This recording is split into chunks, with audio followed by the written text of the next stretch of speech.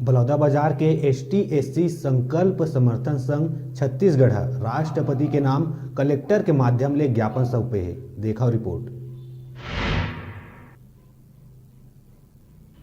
बलौदाबाजार के ST/SC संकल्प समर्थन संघ छत्तीसगढ़ राष्ट्रपति के नाम कलेक्टर के माध्यम ले ज्ञापन सौंपी। एमन के कहना है कि केंद्र सरकार द्वारा जिन संविधान छेड़छाड़ करे है तेन ला 13 पॉइंट रोस्टर ला खत्म कर पूर्ववत 200 पॉइंट रोस्टर सिस्टम ला जस के तस रखे जाए।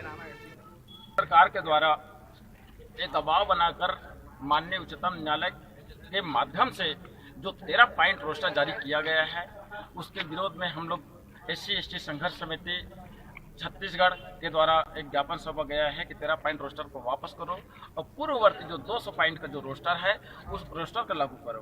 कारण यह है 13 पॉइंट रोस्टर में एक भी SC और ST के लोगों को नौकरी में न तो आरक्षण मिलेगी न पदोन्नति मिलेगी।